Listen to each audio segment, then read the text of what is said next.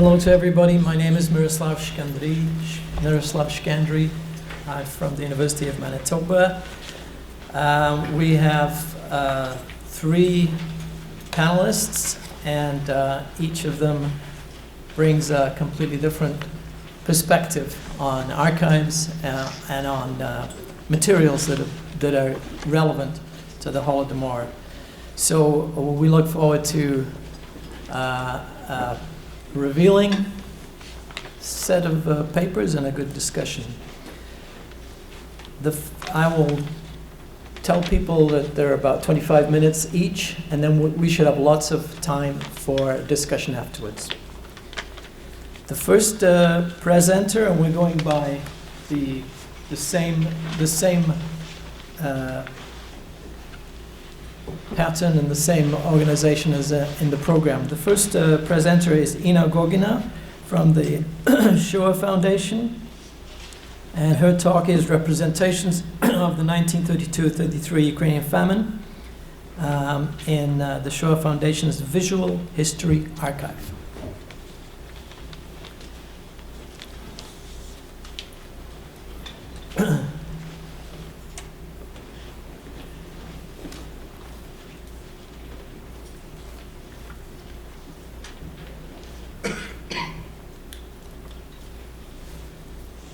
Hi everyone, I'm the archivist of the Visual History Archive at USC Shoah Foundation, the Institute for Visual History and Education.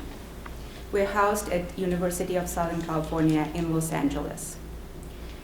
86 years ago, millions of residents of Ukraine were starved to death as a result of the Soviet regime policies. The man-made famine of 1932-1933, also known as Holodomor, was a catastrophe that occurred not at the time of war, but at the time of peace, resulting in millions of deaths in Ukraine, my home country. Today, almost 9 decades later, there is no consensus on Holodomor in the world. Ukraine, as well as many other countries, have recognized it as a genocide. Other countries have recognized it as a deliberate act of terror and mass murder against the Ukrainian people. Yet there are others who continue denying the genocide aspect of the man-made famine. As the time passes, the details of the historic events that occurred so far in the past fade. So what do we do to ensure that the individual and the collective memory remains in history? How do we ensure that tragic events resulting in millions of lives lost are never forgotten? To address this challenge, during the past 30 years, many institutions across the globe engaged in developing digital archives, collections of manuscripts, images, audio-visual testimonies, and other digital records, memory preservation projects, among others. Today, we will explore one of the largest of such projects of individual memory preservation, the USC Shoah Foundation's Visual History Archive, in particular as it relates to the Holodomor.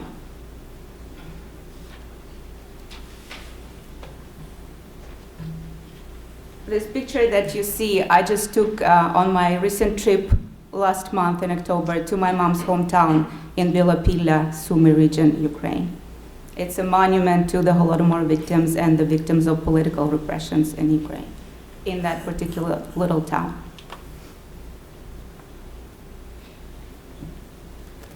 The Visual History Archive currently has 55,000 of oral history interviews recorded in 65 countries in 43 languages, and it amasses 115,000 of hours of footage, of testimony footage. It would take one person over 13 years to watch the entire archive from start to finish. And you can see the 9 historic events that are part of our archive. Most of testimonies are the testimonies of the Holocaust. And Ukrainian famine testimonies are part of the Holocaust collection. So what is important to remember that whereas the Shoah Foundation never had a focus of collecting the Holodomor testimonies. The Holodomor testimonies and stories emerged in the Holocaust testimonies of the archive.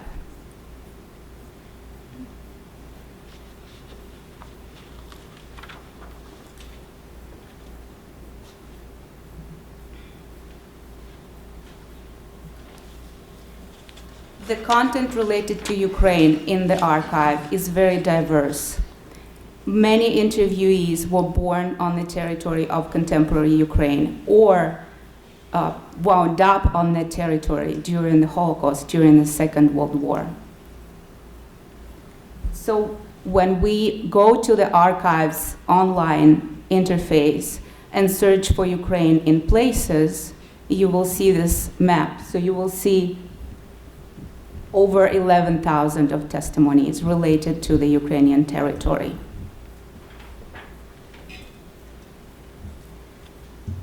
Today, we also provide access and preserve testimonies not only recorded by the USC Shoah Foundation, but also by its partners.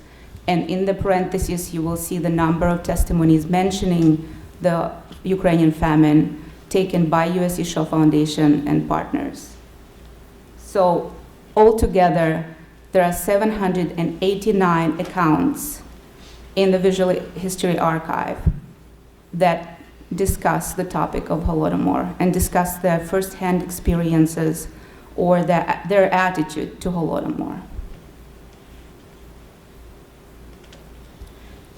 We have experience groups in the interviews, so the interviews are divided into experience groups, and the main experience group is Jewish survivor testimonies.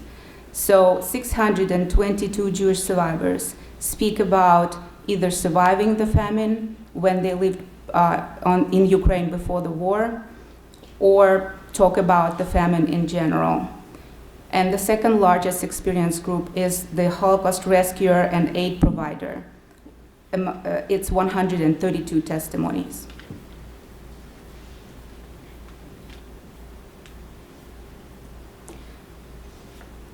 The demographic makeup of the Holodomor collection, as far as gender, we have 40% male interviewees and 60% female interviewees discussing the famine. The interview age, especially in the oral history testimonies, is a very important factor. As we know, depending on the age, the interviewee memory and the interviewee's memory can be either a good memory, a sharp memory, or they may not remember the events so clearly, or if they were born after the Holodomor, after the event, they may not remember anything about it at all, other than their conversations they had in the family, memories of their parents, or what they read in the books afterwards. However, the most represented age groups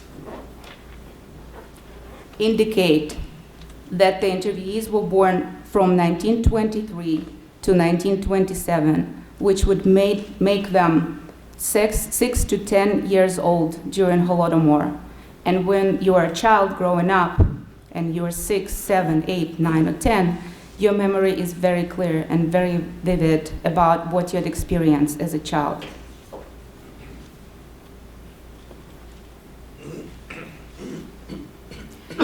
Testimonies discussing Holodomor were recorded in 13 countries, the largest country being Ukraine at 535 interviews, in second largest Israel at 109, and the United States the third largest.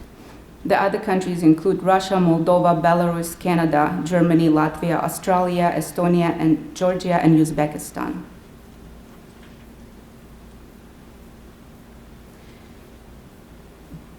In order to facilitate archival discovery of the preserved interviews, the Institute developed an indexing methodology, and you have a footnote in the paper where you can read about it on the Google Drive, and designed an online discovery system allowing searching the index testimonies using the 4 structured query types. I'm not going to go into detail in the interest of time, But what we can do, I will provide the links where you can research the archive and search in the archive from home using our public-facing online interface.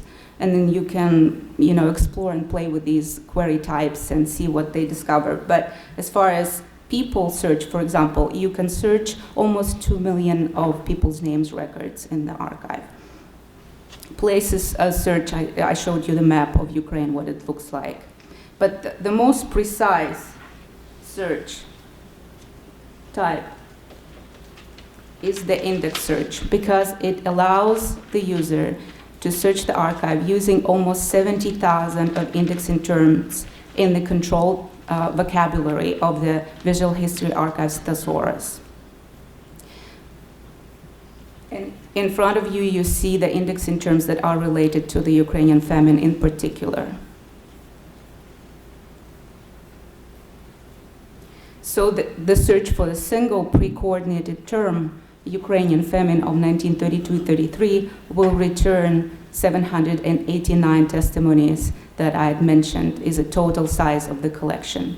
However, because this term was introduced in the thesaurus only in 2004, whereas the indexing effort began in 1995, we may assume that there are more accounts in the archive, yet they were just not indexed because that term simply did not exist, because we built our thesaurus in-house as we carried on an indexing effort. There is also post-coordinated opportunity to search using Boolean search by combining indexing terms.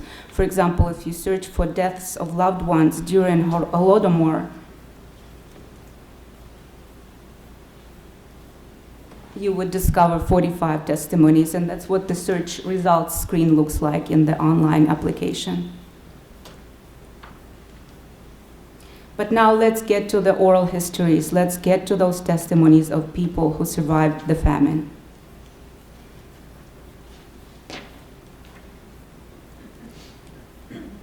On the right side, you see the screenshot of the decree that was adopted by the Soviet government on January 5th, 1930. The decree of the Central Committee of the All-Union Communist Party of Bolsheviks on the rate of collectivization and measures of state assistance to collective farm construction. And two main goals, according to the decree, were to complete collectivization of all grain regions by fall of 1931 or spring 1932, the latest, and to eliminate the kulaks as a class. So how did it translate into reality?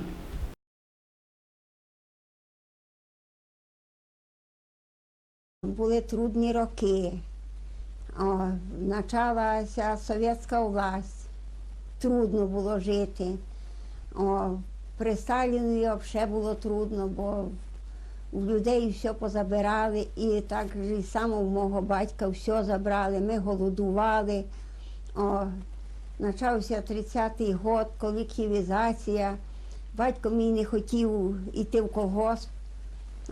Забрали у нас усе, і корову, і коні, і всі будинки забрали, і з хати все забрали, і з погріба, все забрали. Тільки лишилися ми у тій одежі, яка була на нас. І в хаті все, тільки лишилися голі стіни, більше нічого. І так прийшлося і 30-й, 31-й, 32-й рік, 33-й рік. Голодовка страшна, бо ніде ні в кого нічого не було. Все позабирали у людей. Нічого не було. А як проходила колективізація? А як проходила колективізація, тоді не приглашали, чи ти, пожалуйста, там, чи ти хочеш, чи не хочеш, іди, хоч не йди. А мусиш йти, іди. Ну, а батько, не знаю, чого йому було, чого він опирався, що він не хотів йти у цей колгосп, хотів бути самостоятельний. Ну і забрали. Було у батька 5 десятин, тоді були не гектари, а десятини. 5 десятин землі всьої. Ну і пара коней, корова. Ну там з 5 говець. Там двоє чи троє свиней, і це кури, там гуси, це все хазяйство таке. Батько жив небагато, а робив тяжко. Бо треба було цю сім'ю чимось прокормити, і взути, і вдягнути всіх. То і так, і тоді батько не пішов в колгосп, то в нас забрали все, будинки поламали, все забрали, і худобу всю забрали, і в хаті все забрали, тільки лишилися голі стіни, і ні стола, ні лавки, ні стільця, нічого не було. А хто це забирав? Ну як, хто забирав? Був голова колгоспу, голова сільсовєта, це така була, називалася бригада. Там, це вже, як, я вже мало, пам'ятаю добре, як вони приходили кожен день. І кожен день шукали скрізь усього, бо думали, що у батька ще є десь хліб закопаний. У нас його ніколи того хліба лишнього не було, щоб ще його можна було закопувати, ховати, бо завжди недостаток був. А тоді вже по всьому тому, що вже таке все одно батько пішов у колгосп, бо вже інакшого виходу не було, треба жити якось. То вже і всі робили в колгоспі, всі сім'єю. І батько, і мама, і я вже робила в колгоспі. І так ми жили, аж поки не почалася війна. The Stalin's totalitarian machine was rolling swiftly. In order to enforce the previous decree, January 5th of 1930, the Soviet government, within a matter of days, adopted two additional directives. On January 30 of the same year, so within 25 days, the Politburo of the Central Committee of the All-Union Communist Party of Bolsheviks adopted a decree on measures to eliminate kulak farms in areas of continuous collectivization, calling to confiscate the means of production, livestock, farm and residential buildings, processing plants, feed and seed stocks from the kulaks of these regions. And then within a matter of 3 days, on February 2nd, the OGPU, the Joint State Political Directorate, adopted an order on measures for the liquidation of the kulak as a class, calling for immediate, and I quote, immediate liquidation of the counter-revolutionary kulak corps, especially the cadres of existing counter-revolutionary and rebel organizations, groups, and the most malicious individual terrorists, I quote. And also mass eviction of the richest kulaks, the entire kulak cadre from which the counter-revolutionary corps, the kulak anti-Soviet corps of churchmen and sectarians are formed, and their families to remote northern regions of the USSR and confiscation of their property. So kulaks, who were they really?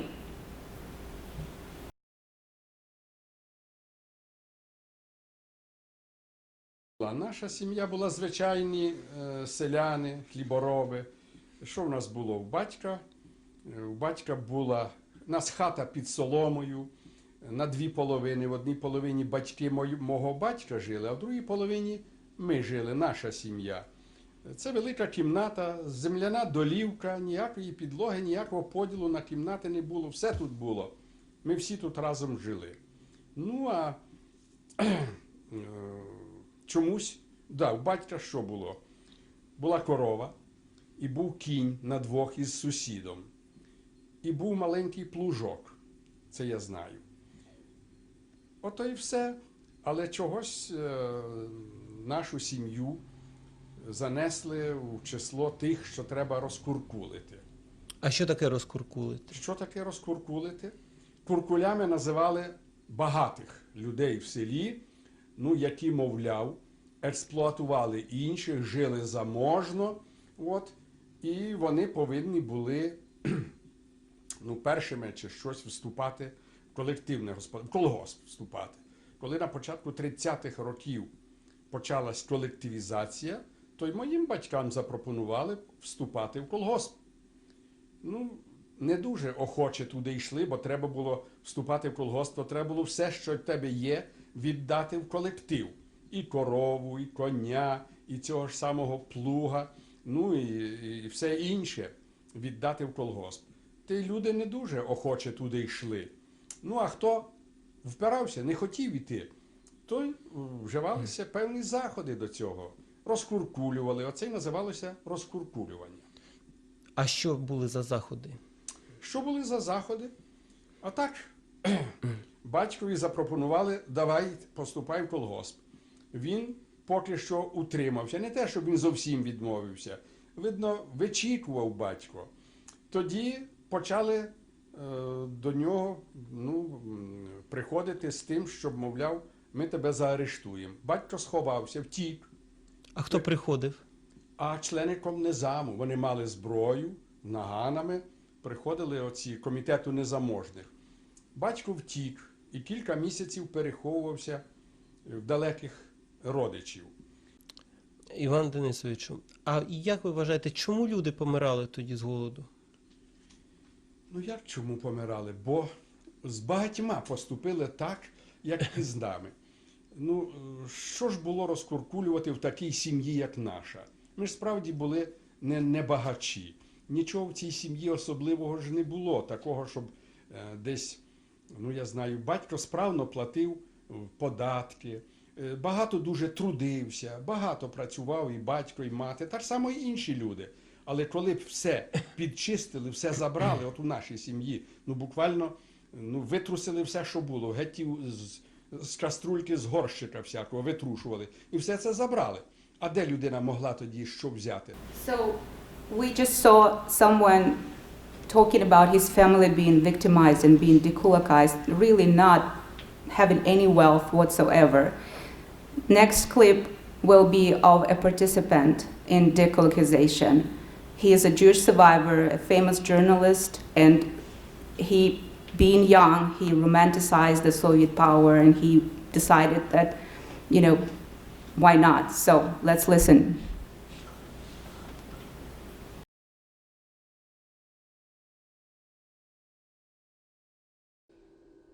После НЭПа начался период раскулачивания. Я был активистом, собрали бригаду, возглавлял ее коммунист Коля Чайковский, а его помощником была коммунистка, молодая коммунистка Поля Митник. И нас человек 5-6, по-моему, ну таких, как я, комсомольцев и молодых коммунистов, поехали мы в село Зеленче, есть такое в Донецком районе. Это самое богатое было село. Мы должны были заняться раскулачиванием. Там жил один еврей, Швидлер. Он был председателем потребкооперации. Поскольку я его знал, то я остановился у него. Ночью. Это село находится на реке Тернаве. Недалеко от польской границы. Каким-то образом поляки узнали о том, что здесь бригада по раскулачиванию. Они ворвались ночью в это село и убили всех, кроме меня. Почему меня нет? Я жил у Швидлера, и когда Швидлер услышал стрельбу, он жил недалеко от леса. Он говорит, в окно выпрыгни и бегом в лес. И я таким образом спасся. Я бежал почти 2 часа. Прибежал домой, ну, конечно, на мне лица не было. Вот таким образом я испытал добровольную, так называемую, коллективизацию, которую проводили в то время. I have many clips to show you, and in the interest of time, we will have to skip the clips discussing arrests, deportations. Let's examine a clip about border patrols. And the previous speaker spoke about, that it's a very controversial and challenging topic to research, and we will discuss the border patrols.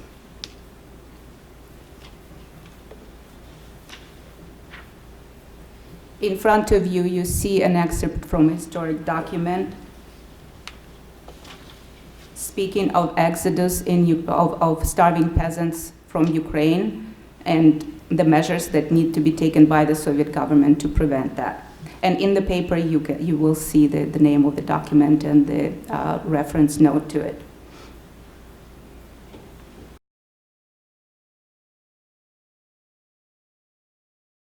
В 1933 год я был на флоте. Я не знал о том, что это было. Я несчастный человек, тоже принимал участие в этом. Были заслоны поставлены от тех, которые бежали с голодной Украины. И мы были в этих заслонах, я тоже принимал участие.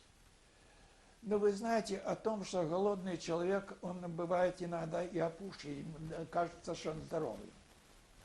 Нам привозили пищу и счастье. И мы делились с ними. А им нельзя было давать кушать. Тем более жирный борщ, тем более гречневую кашу, макароны по-флотски. Мы им давали столько, сколько они хотели кушать, и они умирали. И они умирали. Это где было, в Керчи? Или... Это Джанкоя, это перешея. Заслон был Да, где? вот там за заслоном мы стояли, не пускали. Ну, мы же не знали этого ничего. Что говорили подкуркульники, что это не хотят в колхозах работать. Ну, мы верили этому всему. The remaining two clips are dedicated to someone who is witnessing the export of grain from the port of Kherson. And from the Kherson port, the quota was to export, according to the 5-year plan, or the third quarter of the 1932 was 90,000, and one of the destinations was Greece. And the survivor speaks about, he was a little boy then, well, not a little, 10 years old. He remembers it clearly. It was a Greek steamboat loading the grain, whereas people were dying from hunger in his hometown. But in the interest of time, I will have to skip that. And there is a YouTube link on the Google Drive's paper where you can actually view it with English subtitles.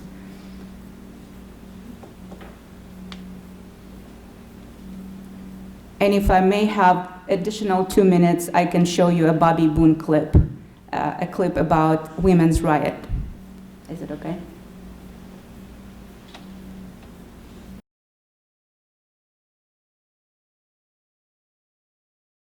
Скажите, вы А не- вот бабий бунт еще. Да, Однажды расскажите. я сижу у окна, смотрю, Это какой год был, Бабий Бун? тоже не помню, но помню так, что, Но после Голодомора. да, после Holodomor.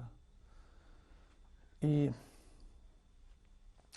помню, что я был удивлен, что со всех сторон вдруг наш двор школьный наполнился женщинами, причем мгновенно наполнились. Я думаю, как же так, что-то они со всех сторон набежали, одетые такие в полушубках, всякие с рогачами, с топорами, со всяким женским орудием.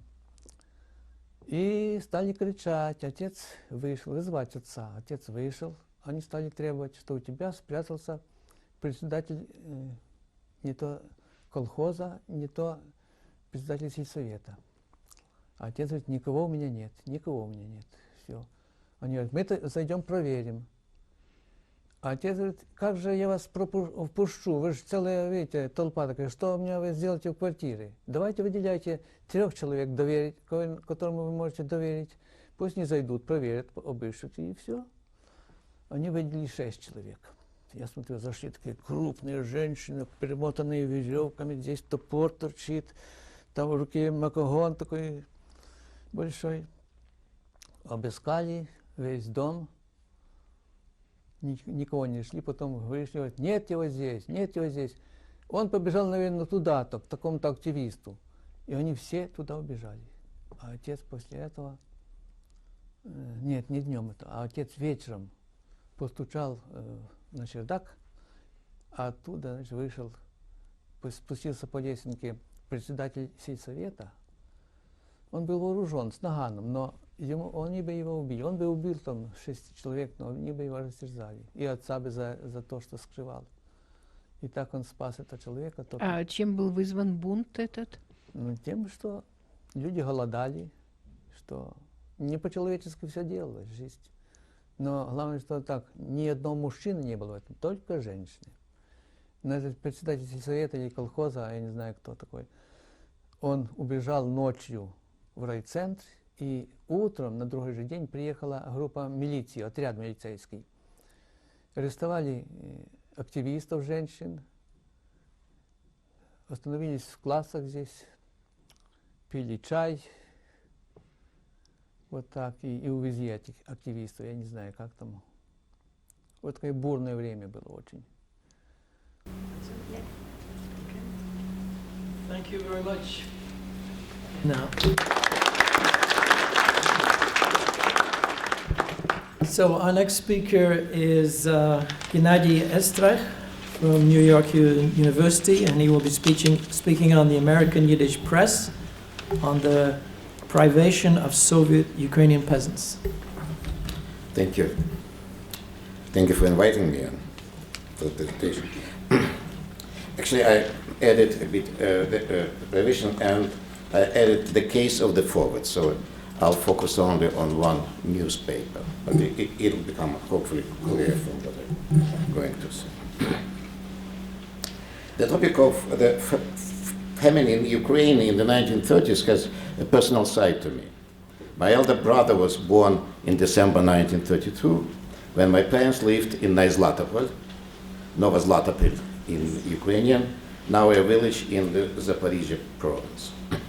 Before World War II, Zlatopol, a Jewish settlement established around 1850, was the center of one of the three Jewish national districts in Soviet Ukraine. I grew up listening to stories about the hunger in 1933. Incidentally, hardly anything has been written about the situation in the Jewish villages and how different it was compared to other places. This aspect of the Holodomor is also not in the purview of my paper. It's a separate topic. Two people will play central roles in the following paper. Mendel Asherovich and Harry, or he was born Herz and became Harry in the United States, Harry Lang or Harry Lang. Both were born in 1888 as subjects of the Romanovs, the Russian emperors. Both emigrated to the United States, became Yiddish journalists and writers, and worked on the staff of the highest circulation Yiddish daily. Its title was Forwards, meaning forward. Established in 1897 as a voice of the socialist labor movement, the newspaper printed 275,000 copies in the late 1920s. Its New York City printing shop produced city-specific issues that targeted readers in New York, Philadelphia, Boston, Newark, Baltimore, and Pittsburgh. The Chicago office of the newspaper found itself in financial straits in 1932, not because of the Holodomor, of course, but because of the economic situation in the United States. But it nevertheless continued printing special issues for Chicago, Detroit, Cleveland, Milwaukee, St. Louis, and Los Angeles. And there were thousands of readers of the newspaper also in Canada, of course, yeah, as well as in Europe and other countries. Although the forwards initially welcomed the revolutionary events of 1917, to the 1920s it gradually transformed into a bitter critic of the Soviet regime, especially when it became crystal clear that the Bolsheviks didn't have plans to introduce democratic forms of governance. At the same time, the Soviet Union remained in the focus of its detailed coverage. The majority of the readers were immigrants born in what used to be the Russian Empire. Many of them were conversant or even fluent in Russian. Among the contributors, it was rather normal to experience years of schooling in Russian. Some of them also experienced a different school, many years of imprisonment or Siberian exile for illegal socialist activities. Abraham, or he was also known as Abe Khan, editor-in-chief of the Forwards, himself a product of a Russian language school, was an admirer of Lev Tolstoy and the Moscow Art Theater, and generally a person thoroughly steeped in Russian culture. Khan spoke Russian at home with his wife, an alumni of a Russian gymnasium, high school in Kiev, actually she studied, and would often test job applicants speaking to them in Russian. It's for a Yiddish newspaper, but testing them in Russian. He believed that an adult Jewish person who left Romanov's empire without knowing the language couldn't be categorized as a member of intelligentsia. Indeed, the journalists of the forwards, and therefore I'm mentioning this, who visited the Soviet Union didn't need interpreters. Mendel Asherovich and Harry Lang belonged to this category of observers of Soviet life. Importantly, judging by memoirs of forwards and other journalists, until mid-1930s, foreign visitors could travel in the Soviet Union unaccompanied and talk to local people. I was surprised myself when I found it out, but certainly 1936, it was the last year when it was possible to do traveling and so on, especially if a person knew the language.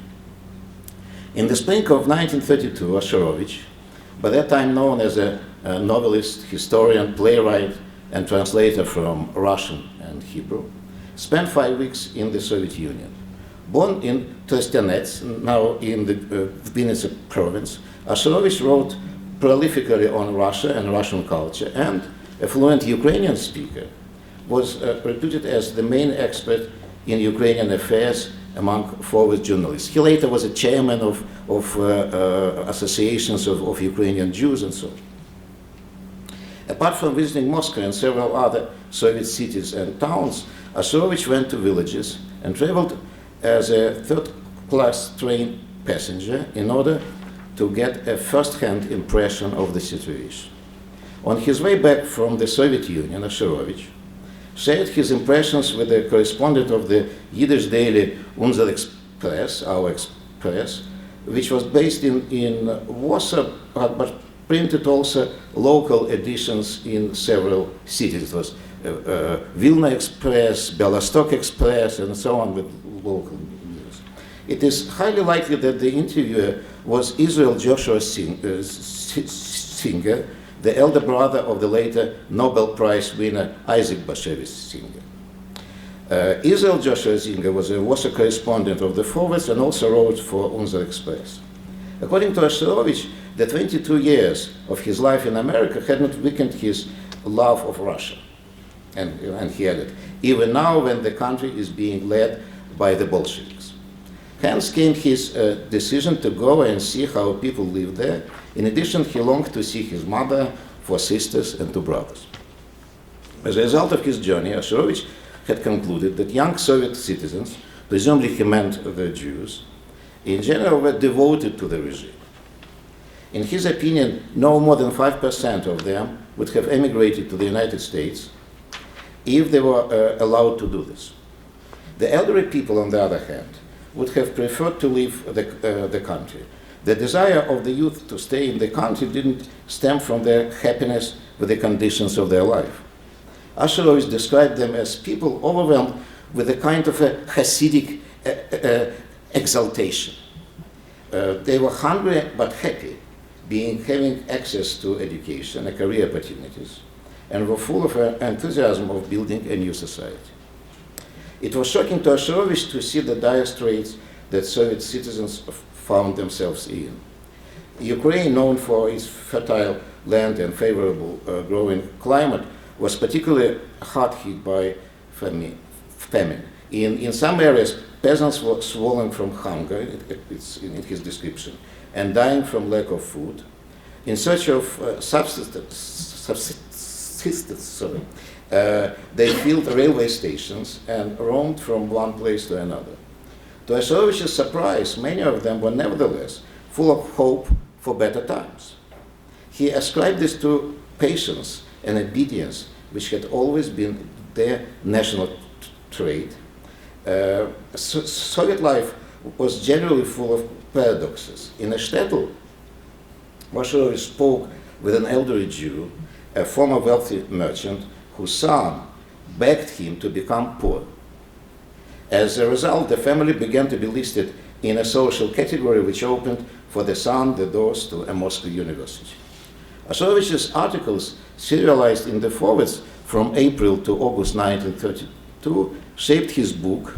In Yiddish it is called "Wir Menschenleben in Soviet Russland," How People Live in Soviet Russia. To the best of my knowledge, it's being translated now into Ukrainian in Kiev, as far as I know. It came out in January 1933.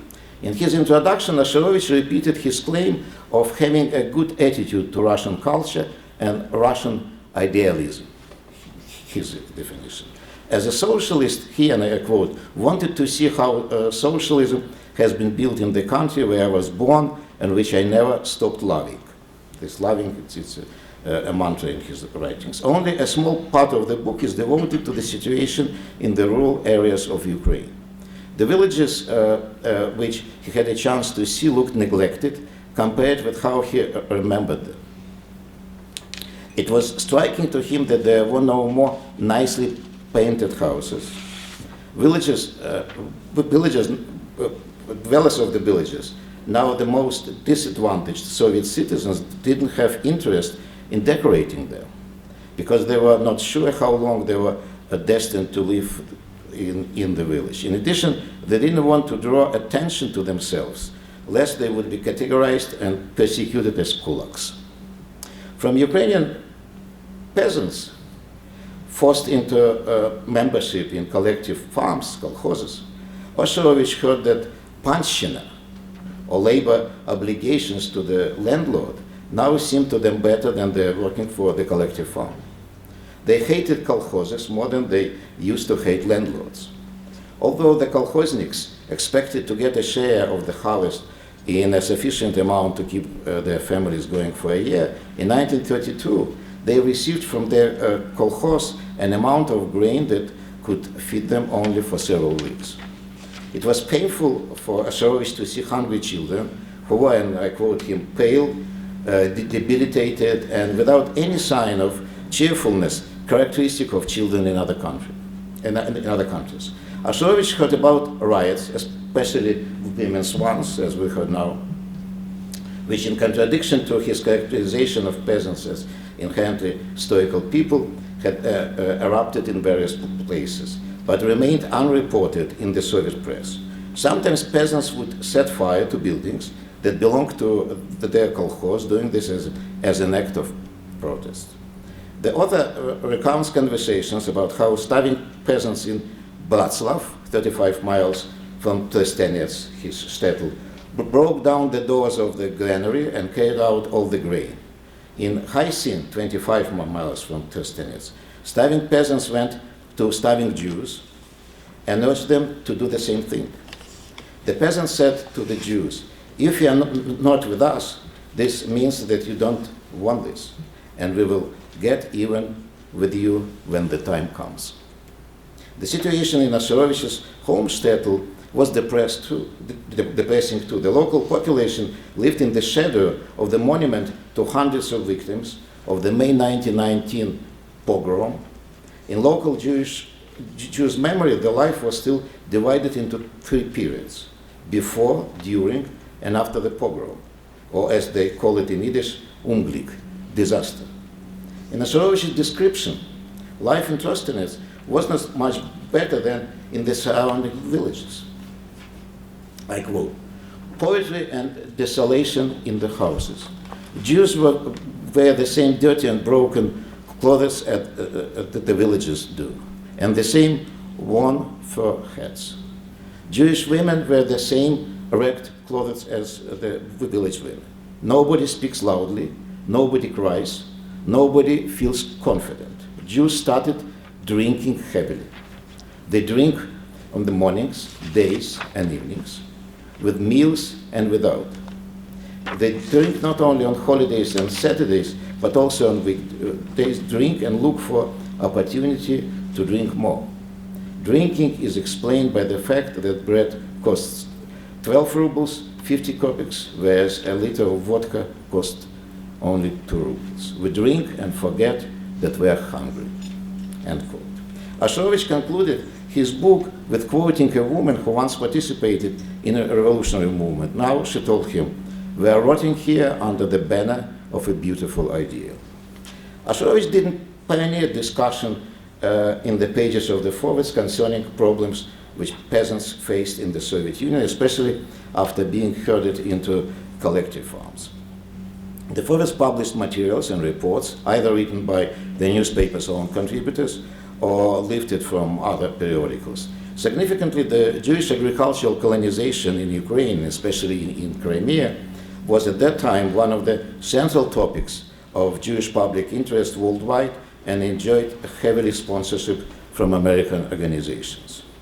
Raphael Abramovich, a prominent Menshevik and an opinion-shaping political journalist of the forwards, paid much attention to the relation between the Soviet regime and the peasantry. On the occasion of the 10th anniversary of the Bolshevik Revolution, he stressed the importance of applying democratic methods to finding a compromise with the peasant class. In 1930, the New York Times published Abramovich's criticism of the Soviet farm collectivization drive as, quote, a historic tragedy affecting tens of millions of people. He stressed that dull and stubborn Stalin will stop at nothing. No cruelty will prevent him from continuing. As a result, the country, and I still quote him, being converted into a real hell, not merely for the ex-bourgeois, but likewise for the peasant. Abramovich's article in the New York Times is a rare example of transcending the linguistic borders. Almost the entire corpus of the political journalism and travel observations written by forwards contributors remains hidden in Yiddish. In this sense, Harry Lang's articles on his 1933 Soviet journey are exceptional. Born in Lithuania, Lang became an active trade unionist in the United States. In 1917, he joined the journalistic staff of the forwards. Although his articles focused predominantly on problems of the labor movement, he also wrote on other themes, combining journalism with fiction. 2 weeks spent in the Soviet Union were part of a 9-month-long journey around the world. It was quite often. A journalist would go and spend a year somewhere traveling and writing. Lang's Soviet travelogues began to appear in the forwards in November 1933, and specifically on the 25th of November 1933, 8 days after the recognition by the United States of the Soviet Union, diplomatic recognition, which took place on the 16th of November. Recently there was this an anniversary. The editor knew, Abe Kahn, that the critical portrayals of Soviet reality could be interpreted as a newspaper's disagreement with President Roosevelt. And they adored President Roosevelt. At that time, there was a saying that Jews had 3 main important things in their life. In Yiddish, it's Die Welt, Jene Welt, and Roosevelt. So this world, that world, and Roosevelt. Yeah, in introducing Lang's critical report, Kahn wrote that he hoped that it would provide a convincing answer to the rosy accounts of those travelers who in accounts would saw Russia through the eyes of the guides provided by the Soviet secret police. Lang's report about a devastating famine, especially in Ukraine, was hardly more compelling than the arguably more comprehensive and competent report by Ashrovich. Moreover, the issue of believability of Lang's description, especially in its revised form, was raised not only in the communist press. Significantly, Lang's article, and the title of this article, Seen and Heard in the Villages of the Ukraine, published on December the 27th, 1933, ahistorically presents the hunger as a result of peasants' sabotage of the collectivization campaign. He wrote, "The peasants refused to do anything, so no bread was delivered to them. In other words, it was a revolt by starvation, revolt by swollen bellies, and revolt by mass death." The situation in real terms was quite different. Still, Lang's account became widely read in April 1935, when it appeared in a significantly revised form and translated into English, and it appeared in the New York Journal, whose publisher, William Randolph Hearst, sought to use these revelations to attack Roosevelt's policy. The nature of the outlet, rather than the content of Lang's description, caused a scandal among socialists. Lang's wife, Lucy Robbins Lang, herself a prominent labor activist, recalled in her books of memoirs. Hell broke loose. Harry was held responsible for all the ideas that William Randolph Hearst had ever expressed. Reliable informants reported that Harry was likely to be assassinated, and friends in the garment union escorted him to and from the office. Harry was expelled from the Socialist Party, and he was nearly fired from the forwards. Indeed, if Abe Kahn had not stated that he would resign if Harry were dismissed, the end of the story might have been different. Meanwhile, in May 1935, Kahn faced an angry audience that filled Madison Square Garden for the 35th annual convention of the influential Mutual Aid Association Workmen's Circle, which was closely linked with the forwards. The delegates booed him for allowing Lang to recycle his article in the New York Journal. The publication in Hearst's newspaper led to the resignation, which was later withdrawn, of Baruch Charny Vladek, manager of the forwards and a towering figure in the labor movement. In New York, there is still in Manhattan a corner that is named after Vladek. Manager of the forwards, rumors circulated that the forwards lost about 30,000 readers, actually, because of this publication. So why did Kahn allow the publication of Lang's articles, though he certainly knew that Jewish socialists hated Hearst vehemently, particularly for his romance with Hitler? It can be assumed that the editor, who belonged to the rigidly anti-communist old guard in the ranks of the Socialist Party, did it mainly in an attempt to discourage more radical militants from cooperation with communists in the climate of the Popular Front policy pursued by Moscow at the time. In any case, the scandal around the publication had little to do with the suffering of Ukrainian peasants or with any other aspect of Lang's observations.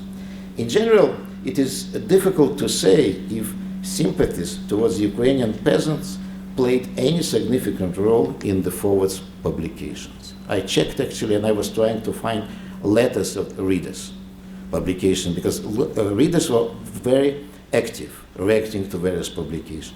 I couldn't find any reaction of any reader to the publication that they sympathized or whatever. It was just information. Characteristically,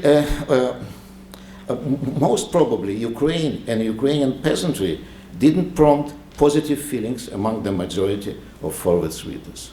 After the Civil War and whatever, it was really a stigma. Characteristically, Abramovich, I mentioned before, this leading Menshevik, generally one of the most important socialists in emigration, in this Russian emigration. Editor of the leading socialist journal, Russian Socialist Journal, published at the time in Berlin. So Abramovich disagreed with Kahn's approach to the case of Shalom Schwarzbart, whose assassination in May 1926 of Simon Petlura became very salient in the Jewish and non-Jewish public discourse. The Mensheviks, including Abramovich, decided to distance themselves from this act of revenge, seeing it as a manifestation of Jewish nationalism, apparently one of the 7 categories of nationalism that he mentioned yesterday. Kahn, on the other hand, explained that deep in his heart, he agreed with Abramovich, but couldn't publish his anti-Schwarzbart article because it would anger his readership, who considered Petlura as a mass murderer and Schwarzbart as a national hero. So this is a reflection. I can bring other examples of this attitude to Ukraine of the time. The situation in Ukrainian villages was not in the main focuses of Asherovich and even less of Lang, and many other publications on this topic. Both were more interested in observing first the life of Soviet Jews, and second, the general mood in the country. However, their travelogues and the circumstances of their publication and reception provide rich material for analyzing various aspects of the Holodomor, its reporting, denial, and memorialization. Thank you.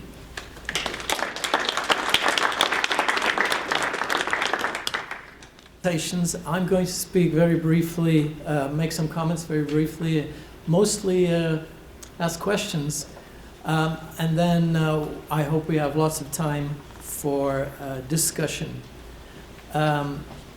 So first of all, I'd like to thank Ina for a very interesting presentation on the visual archives. I was quite amazed to discover how many oral histories there were, and how many, 789, discussed the famine. My first question would be, how did presumably this is gathering information on the Holocaust. So in what context did a discussion of the Holodomor appear? Were these people asked questions? Did they have a longer interview about the Holocaust? Were they asked about their background? How did the question of the Holodomor and their experience during the Holodomor come up, and how was it sort of contextualized within the interview? I also was quite interested in the index and the thesaurus that you mentioned, in particular the description of the controversy around the Holodomor, the fact that not everybody felt that it was man-made, as they say. But it seems to me that from the interviews that you gave, they actually contradict that.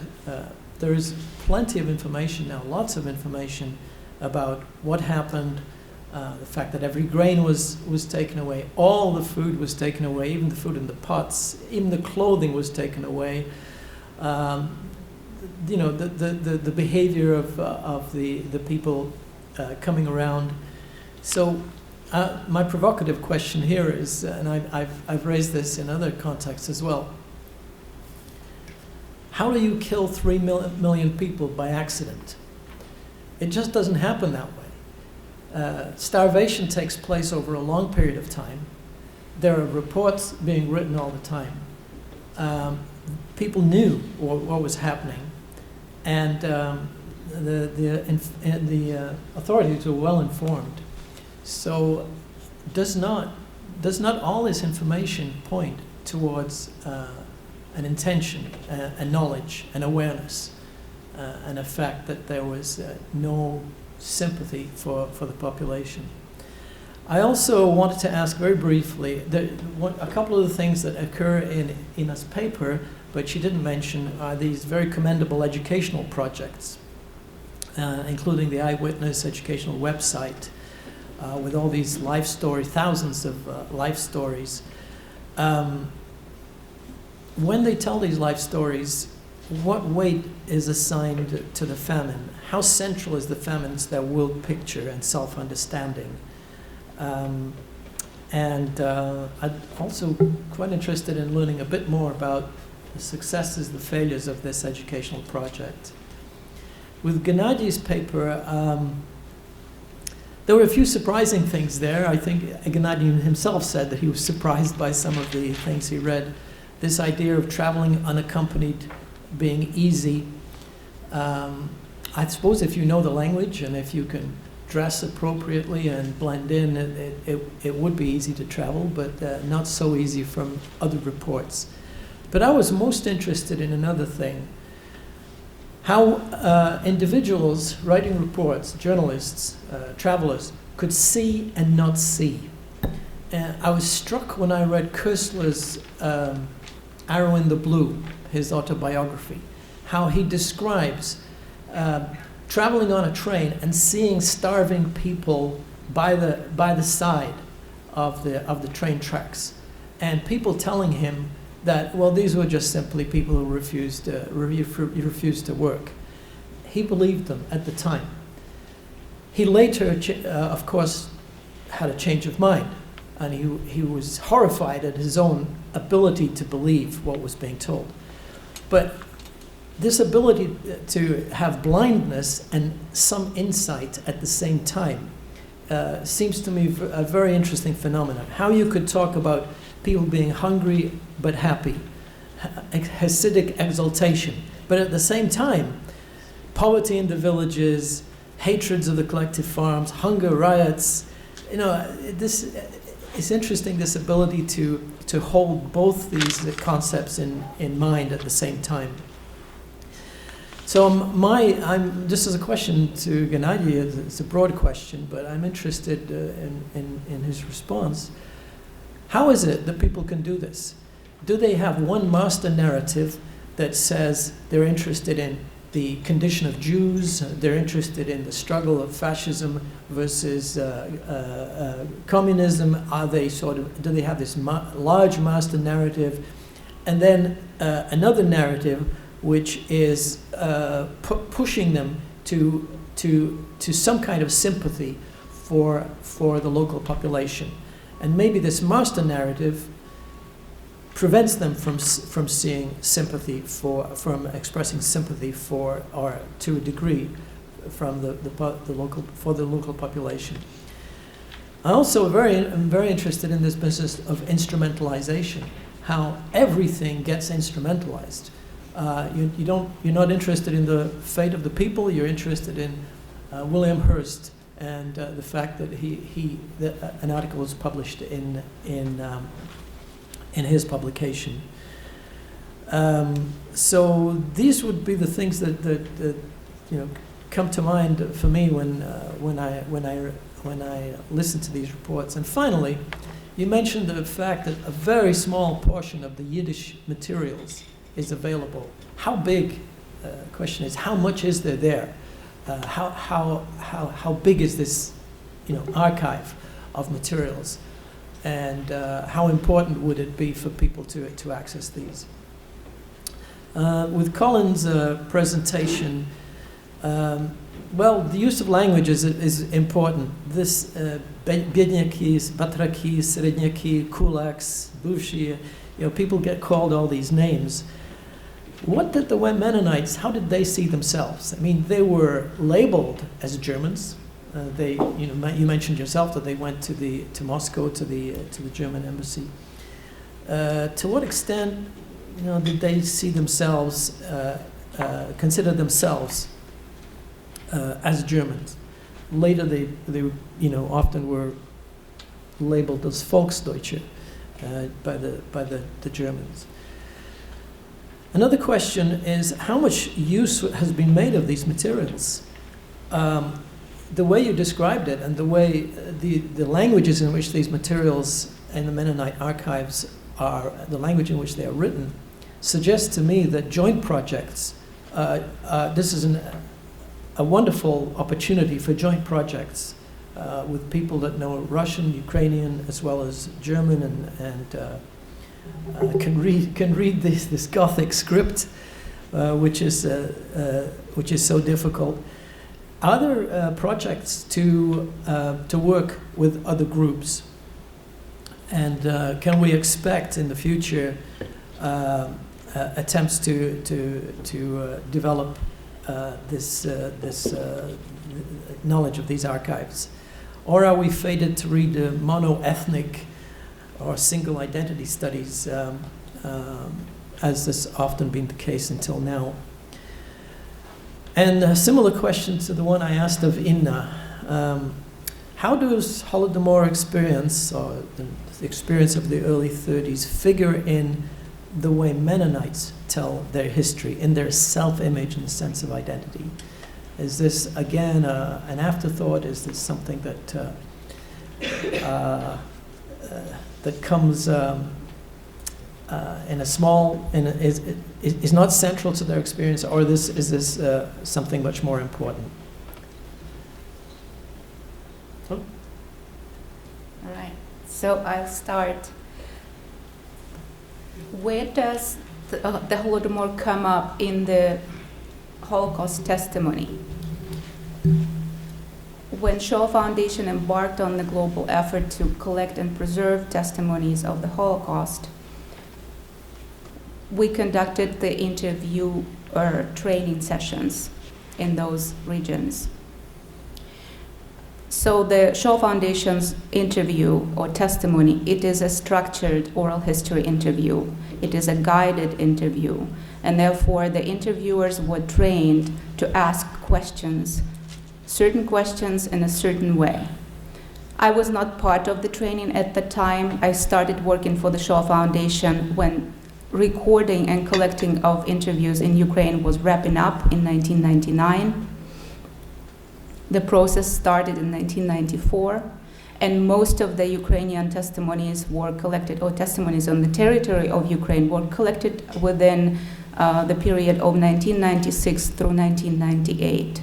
So I did not see the set of questions specifically designed to be asked of Ukrainian interviewees. However, based on my indexing work, and I was indexing the interviews. I indexed the entire Ukrainian language collection in the Visual History Archive and indexed Russian and English language testimonies for 5 years. So I can say that many of the interviewees interviewed in Ukraine were asked the question about the Holodomor during their pre-war section of the interview. The interviews, all of them were structured in a way that first the interviewees spoke about their pre-war life, including their family, education, schooling, friends, political awareness, as well as the Ukrainian famine. So the question of the Ukrainian famine was very important and central to the pre-war sections of those interviews. How did it affect their identity, the identity of the interviewees? It was a major factor in their upbringing. It was a life-turning and a life-changing experience for many of them. For Jewish survivors, it was further impacted by their wartime experience. So they survived 2 genocides.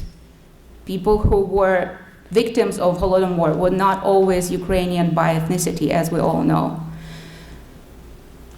Rescuers and aid givers, people who were not Jewish, who were ethnically Ukrainian or Russian or belonged to other ethnicities, they went on to rescue and assist victims of the Holocaust during the war because they suffered themselves during the famine.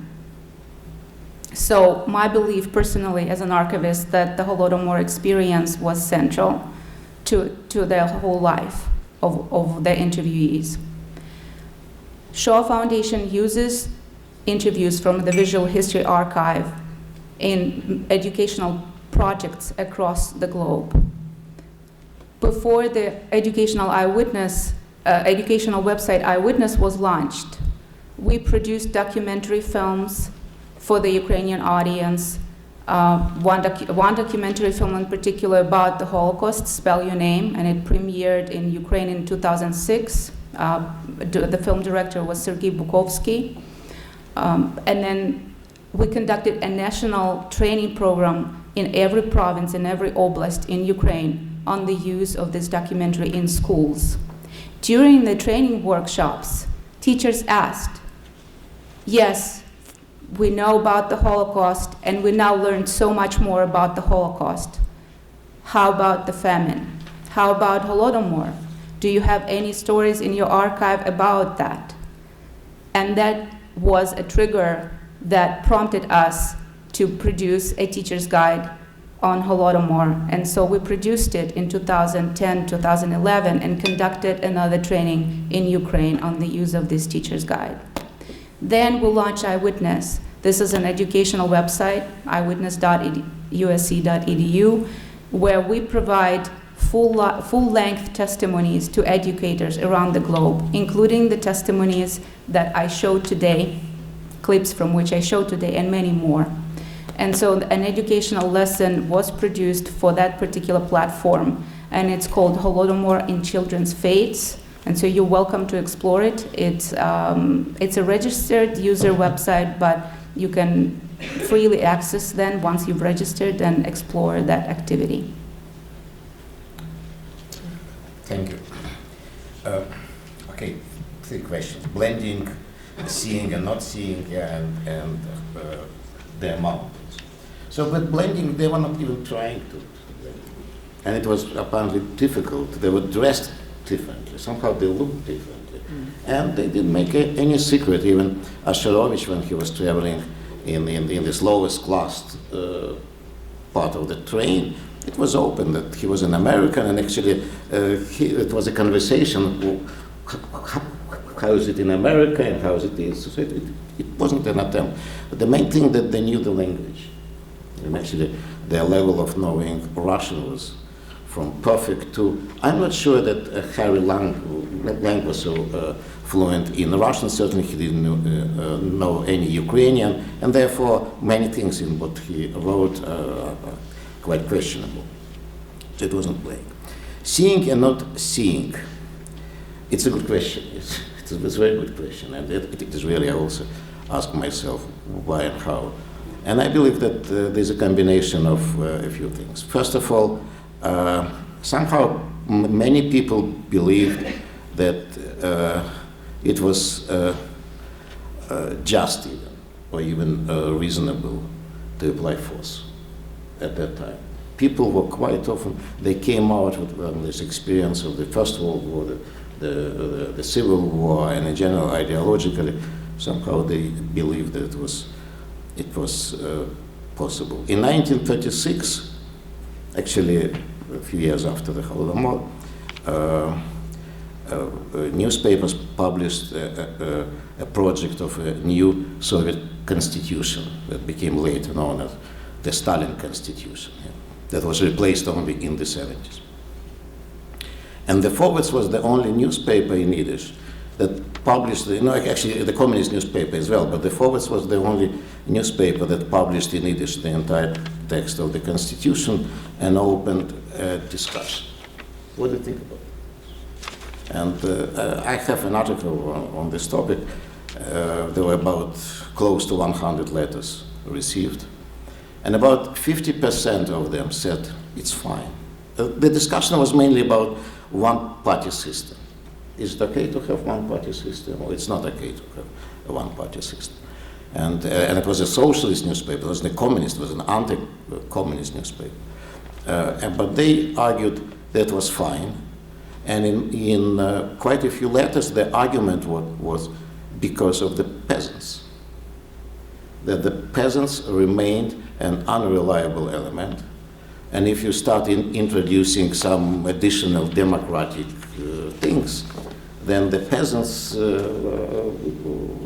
will replace the power, change the power. So the attitude to peasantry, in addition, my impression is, that maybe it's difficult to spell out, yes, but my impression is that there was also sometimes, I don't know how often, and I'm not sure that I'm sure that it's impossible to measure nowadays for a historian. There was some element of revenge. There was some element. Because the atrocities of the Civil War became somehow seen as a continuation of Khmelnytskina and whatever, and associated with Ukraine. We find in literature that people would move to the Crimea because the Crimea, at least notionally at that time, wasn't Ukraine. And people, victims of the pogrom. And they felt much more comfortable to be outside the territory defined as a Ukrainian territory. So it became a national traumatic experience, the Civil War. Not only for those who directly were victims or somehow, but also for the entire Jewish population. It was one of the central topics. Books, publications, historical documents, whatever, biased or not biased, but it was really in the public domain, and this colored to a significant degree, I believe, the attitude to what was going on in Ukraine. This colored, I was surprised now, I believe in a longer version I'll do it. For example, in the Jewish colonies, in my presentation there was not issue of the situation in the Jewish colonies, but it seems that the situation was better to a significant degree, similar to Mennonite colonies, because there was a significant help arriving from abroad, especially from the United States. And in one of the publications I found that it wasn't really, the help didn't arrive in the form of sending grain or whatever, food from abroad. No, they bought Soviet food in a significant amounts, but for dollars. And actually, as we know, the Holodomor is a product of an attempt to raise money. So it's essentially, it means that some significant amount of food was taking, the Soviet amount of food was taking from other segments of the population, paid by dollars, and moved to the Jewish colonies. I don't know how it happened with the Mennonites here. It was maybe different. And also, of course, they send it. There's also, so I believe that this element of partly revenge somehow I never came across it being spelled out directly. But there's a feeling of this that I had from reading this material. How much? I don't know. I believe that it is a significant amount, even if we take just one newspaper, the Forest, because it was the thickest, the most, the richest, the newspaper that would send people to various places and that covered the Soviet Union in each issue. And I believe that a historian will find there are many interesting things, and things that will explain. For example, I was surprised to find that, for example, I mentioned in our conversation that Jewish colonists from Ukraine went to Crimean colonies to take food. I read it as an indication that Ukraine was treated differently. If across this Jankoy checkpoint, they could go and take it in the Crimea and bring it to Jewish colonies in Ukraine. And I also want to mention that there's also a link between Mennonite studies and Jewish studies, because I mentioned this village colony, Myroslav. It was established as a Jewish Mennonite colony. There was a new this system, because the Mennonites were supposed to be instructors for Jews who, in the middle of the 19th century, came from shoemakers, becoming farmers here. And it's very interesting, and very little has been written about their relations and what happened in general here. And the lingua franca was Yiddish, because Jews, I know because my family is from the colony, they told that wouldn't understand the German of the Mennonites. To them it was Plattdeutsch. They couldn't understand, but the Germans spoke perfectly well Yiddish, and during the Soviet period of time, there was even in this nice Ladopol, there was a teacher, a German girl who graduated from a Yiddish department as a teacher from Odessa, and came back and she was a teacher of Yiddish and Yiddish language. So it is a separate story, but it's also a story, I believe it has the Holodomor aspect as well. Right? Thank you. So, So if there are questions, let's go to the and then I'm sure we can have our own. Yeah. Questions? I have a question. I should have known. Yeah, no. So Anna Sternschis at Toronto, who did a lot of interviews for her own purposes, looking at the Holocaust and largely collecting Yiddish. When we asked her would she give a talk on the Holodomor, she looked quite stunned about what she would be able to do. And then she went back and looked at her material. And that was an unguided, in a way, interview. That is, there had been no aim of collecting this material. But one of the things she found in looking over it is she had assumed that for their communities it would have been the pogroms of 1919 and then the Holocaust would have been the points at which people would discuss. But in going through the material, she found more and more changes of identity among her Jewish interviewees, all dated to 32, 33, and largely the abandoning of Jewish customs, of Jewish dietary rules, of a degree Jewish identity. So I'm curious if you found in the indexing that you did, is this also something that was found? And for her, this turned out to be a useful exercise because she had not put 1932, 33 as an important part of it. And then I have a general question on, people are forming stereotypes. They had stereotypes of other groups, and they're forming them in the 1930s. So to what degree in Jewish accounts does the issue of, oh, they say that we were related to the NKVD, or that Jews were responsible for this, but we were not, or we were. I mean, does this issue arise at all in any kind of discussion where you have, since these kind of stereotypes are going to be formed, but we've got to find ways of dating them? And then on Colin and the Mennonites, is there a certain envy of other German speakers that the Mennonites are so well organized and have so many archival identities? That is, if we had given you, could you have expanded to discuss German speakers throughout Ukraine? Or is the situation we have in terms of archival legacy, historiography, much less developed? And to what degree is there also a combination on that?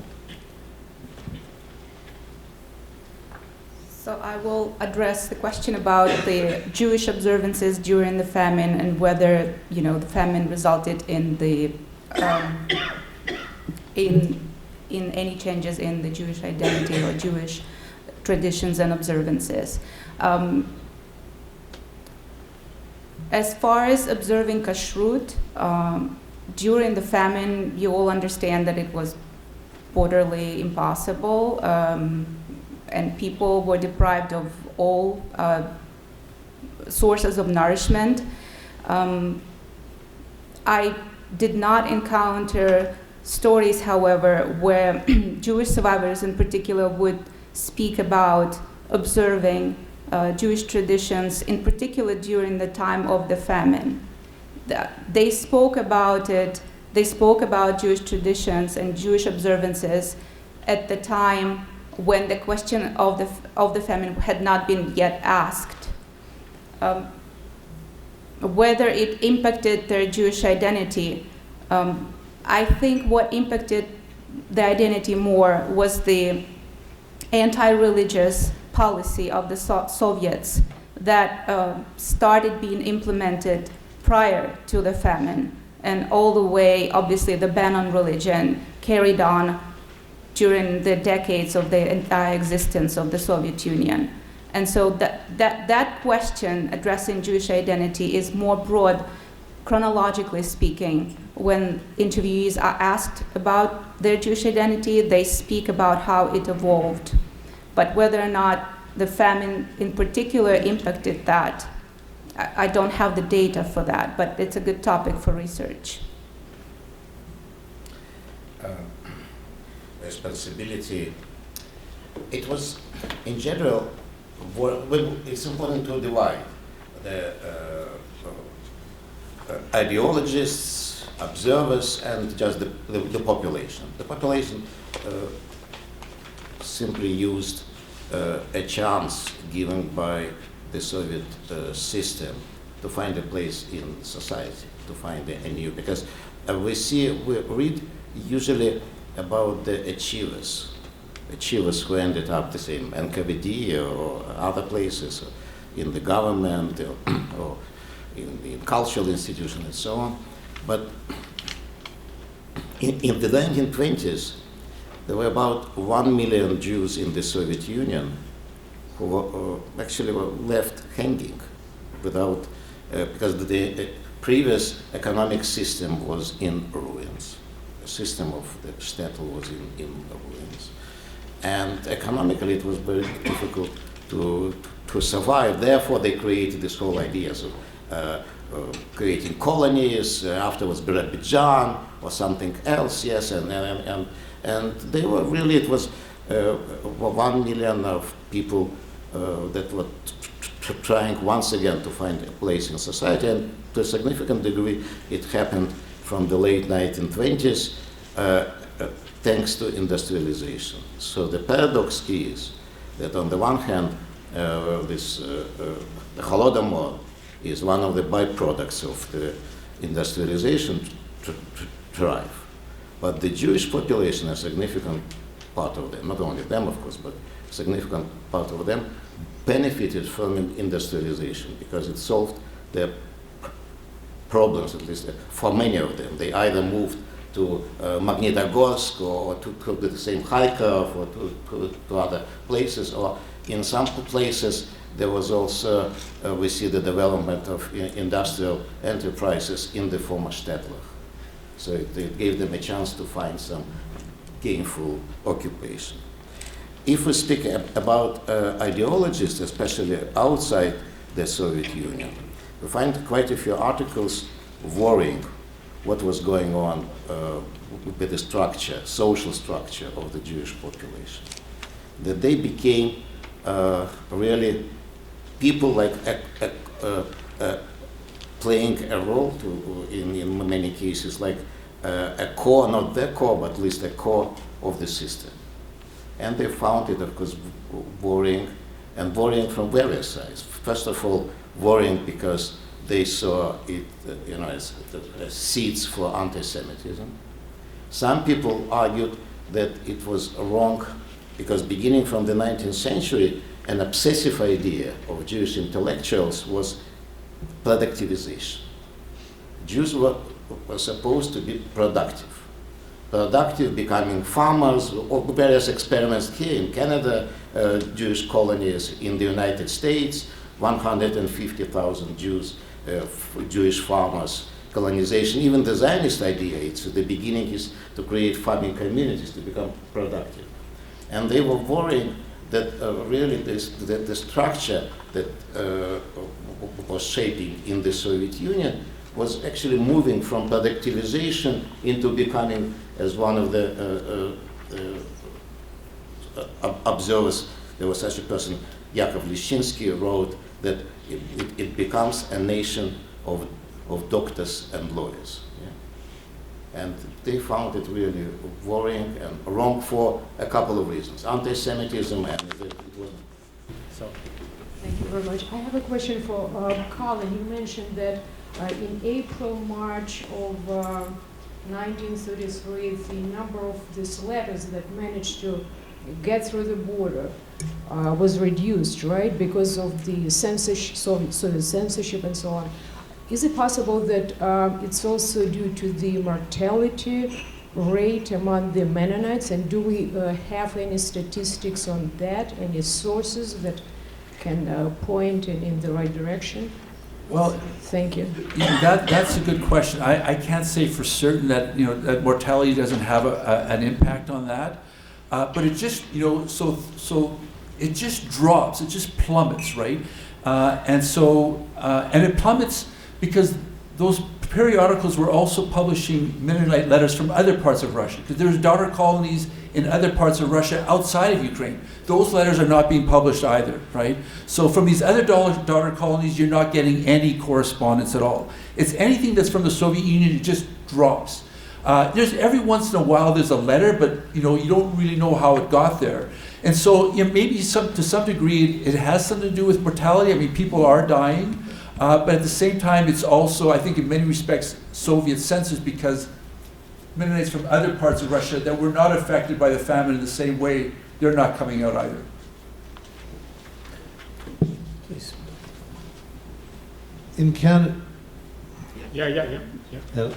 In Canada, there was a prominent Ukrainian-Canadian organization that were very heavily into Holodomor denial.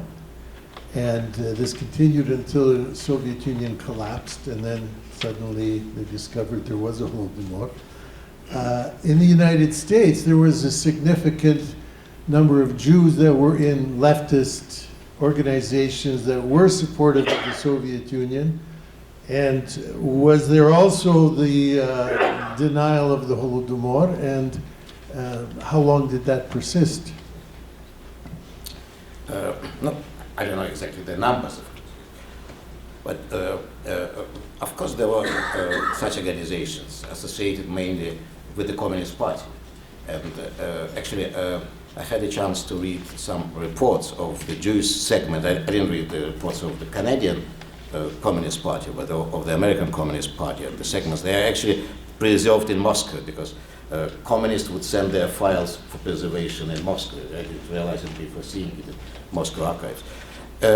For example, in New York, there were in the 1930s, I believe, 4,000 card-carrying members. They didn't have cards, but yeah, but they were card-carrying members, and about 40,000, according to their report, 40,000 people who supported this. So it was not such a high percentage of the Jewish population. It wasn't. It was really, and their outlets and their meetings and their whatever, of course, they just reflected what they would get from the Soviet Union and would take it for face value, and anything that was anti-Soviet would be rejected. We can find a lot of publications on this topic, but it's important to keep in mind that the percentage was in the reality quite low. This is what I can, and of course later they disappeared. What was really the final, a kind of a almost final moment for this Jewish or Yiddish language communism was 1956. 1956, there are revelations about the Stalinist atrocities, the repressions of Jewish cultural figures and so on, the revelations. And this brought a crisis, a very significant crisis, when almost the bulk of people either left the communist movement or they became so critically attached, and only a very small marginal group remained 100% loyal to what would come from Moscow, and gradually they disappeared simply biologically. In Kokolev's memoir, he writes about his belief in communism in religious terms, and even calls Stalin the high priest or one of the high priests of communism. And you mention in that memoir about young Jews under Hasidic exaltation. Does the author elaborate on that anymore? There is a very interesting conversation that he describes, and I will certainly include it into a longer version.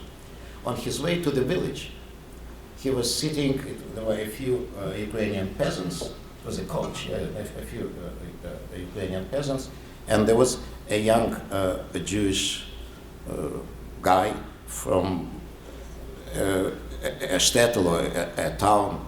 It wasn't clear to me. And there was a conversation, the Ukrainian peasants, especially one of them, kept complaining that we're dying, we're just dying. And next year, I don't know how many people are going to survive and whatever. And this young Jewish person rejected it immediately. But okay, some people, whatever, but we'll come over. Somehow he managed to describe it in this conversation, these two takes, yeah, of a young person who didn't care at all, obviously, I mean, young Jewish person who didn't care at all, and this clash this. And certainly it was clear that Asherovich's sympathies were on the side of the Ukrainian guy, somehow. But he tried to describe it as sitting on the fence, giving to. So this is what it was.